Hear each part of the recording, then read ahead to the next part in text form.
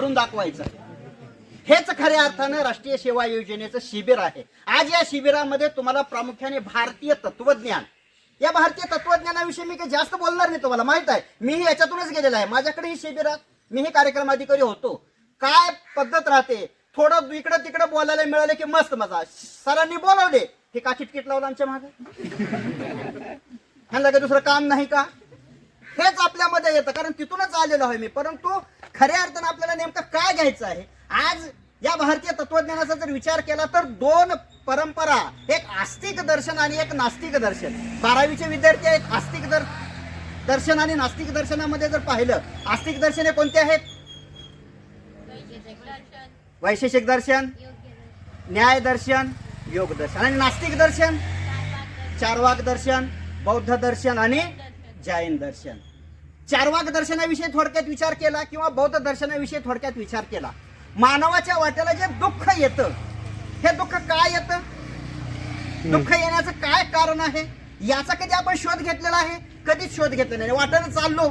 वाटेनं जात असताना इकडं तिकडं बघून चाललो, ठेस लागली. विनाकारण ठेस लागते का? हो, विनाकारण ठेस लागत नाही. दुःख आलं, दुःख का आलं, या दुःखाचा सुद्धा प्रामुख्याने आपण शोध घेण्याचा प्रयत्न करणं हे अत्यंत महत्वाचं आहे. ज्यावेळेस गौतम बुद्ध बाहेर फेरफटका मारायला निघाले त्यावेळेस त्यांना सुद्धा 4 दृश्य दिसली. बस बरोबर आहे. या 4 दृश्याच्या आधारे त्यांनी सांगितलं की हे जीवन कसं आहे मित्रांनो, हे जीवन दुःखमय आहे. या जीवनामध्ये प्रत्येकालाच दुःखातून जायचं आहे. क्षणिक सुख क्षणिक दुःख हे प्रत्येकाच्याच वाटेला येणार आहे. परंतु सुख आलं म्हणून जास्तही आनंदात राहायचं नाही आणि दुःख आलं म्हणून घाबरायचं नाही. माणसानं दुःखाला सुद्धा सामोरं जाण्याचा प्रयत्न या ठिकाणी करणं महत्वाचं आहे. म्हणून दुःख काय येतं, या दुःखाचं काय कारण आहे, याचा विचार आपण करणं महत्वाचं आहे आणि जीवनामध्ये जीवन जगणं हे महत्वाचं आहे. कारण हे जीवन पुन्हा येणार नाही. येणार आहे काय जीवन? पुन्हा जीवन येणार नाही. या जीवनामध्ये आपण, मी सांगतो तुम्हाला, ज्यावेळेस आपलं जीवन शून्य असतं त्यावेळेस मात्र कुणाचंही लक्ष नसतं. परंतु ज्यावेळेस मित्रांनो शून्यातून तुम्हाला विश्व साकार करायचं आहे त्यावेळेस मात्र सारं जग थक्क झाल्याशिवाय राहत नाही. तुम्ही म्हणता सर मग आता जगामध्ये आमचं कधी नाव व्हावं? अहो, आपलं गाव हे आपल्यासाठी आपलं जग आहे. तुम्ही गावामध्ये काहीतरी करून दाखवा. माणसाचे किंवा एखाद्या विद्यार्थ्याचे नाव का होतं? 2 प्रकारे होतं. एक चांगल्या प्रकारे होतं, एक वाईट प्रकारे होतं. कशा प्रकारे करायचं आहे? आपल्या आई वडिलाची मान कशा पद्धतीनं उंचावायची आहे तुमच्यावर अवलंबून आहे. इथं बसणारी मंडळी आहे, महाविद्यालयामध्ये शिकवणारी मंडळी आहे, तुम्हाला मार्ग हे चांगलाच दाखवणारे आहेत. या 7 दिवसामध्ये हे तुम्हाला हे चांगल्याच मार्गासाठी आणलेले आहेत इथं. पण या इथून घेऊन जायचं आहे. माणसाच्या वाट्याला काय येणार आहे, दुःख काय आलं, या दुःखातून बाहेर कशा पद्धतीनं पडायचं, याचा सुद्धा खऱ्या अर्थानं आपण विचार करून जीवन जगणं हे अत्यंत महत्वाचं आहे मित्रांनो. दुःखाला कारण आहे, विनाकारण कुठलीच घटना घडत नाही. सहज बसल्या बसल्या असं तर बसताना असं बसतो की वाटत नाही की मी काहीच केलं नाही, हळूच मागून एखाद्याला चिमटी घ्यायची, हसलं की झालं. आणि हेच पाहिजे आपल्याला. वर्गात सुद्धा हेच करत आलेलो, इथं सुद्धा हेच करत आलेलो.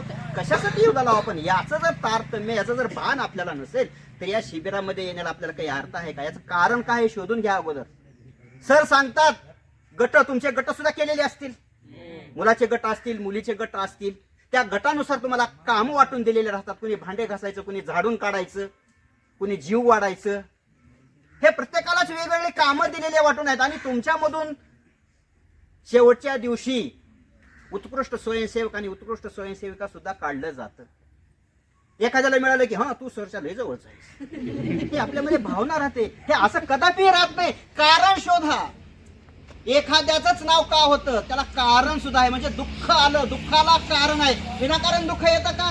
विनाकारण दुःख येत नाही. नेमकं ते कशासाठी आलेलं आहे? मग ते जे दुःख आहे हे दुःख येऊ नये म्हणून त्यावर नेमका प्रतिबंध काय करायचा? आज सरांनी सांगितले हे इथलं वेचा, काही जण वेचले, काही जण आम्ही घरी कामं करीत नाही, इथं करावं का?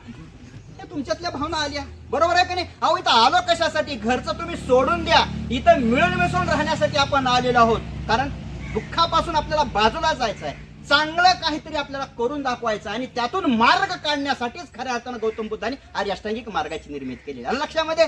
कारण प्रत्येक व्यक्तीला जीवन जगत असताना जे 8 मार्ग आहेत त्या 8 मार्गानुसार पालन करायचं आहे. कोणकोणते 8 मार्ग? सम्यक दृष्टी, सम्यक वाचा, सम्यक व्यायाम, सम्यक कर्म, सम्यक आजीविका, सम्यक स्मृती, सम्यक संकल्प, व्हेरी गुड. सम्यक समाधी.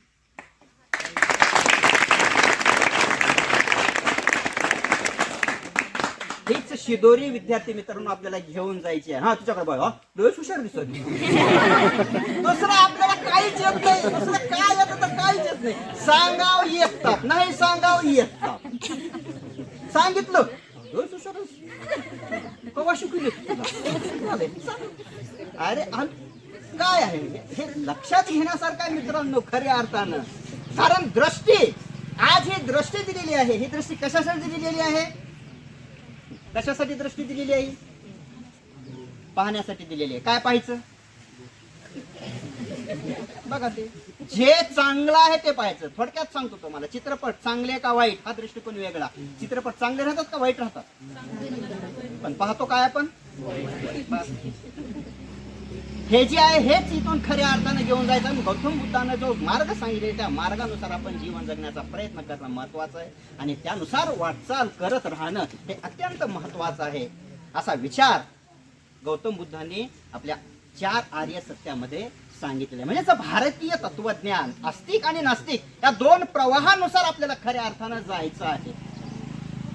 आणि त्यानुसार जात असताना या जीवनामध्ये आपल्याला सोबत काय घेऊन जायचं काय नाही हे मित्रांनो ते तुम्हाला ठरवायचं. या 7 दिवसामध्ये फक्त तुम्हाला मार्ग दाखवला जातो, पण तुमच्या सोबत शिदोरी कुठली न्यायची आहे आणि कशा पद्धतीने घेऊन जायचं तुमचं तुम्ही हे ठरवायचं आहे.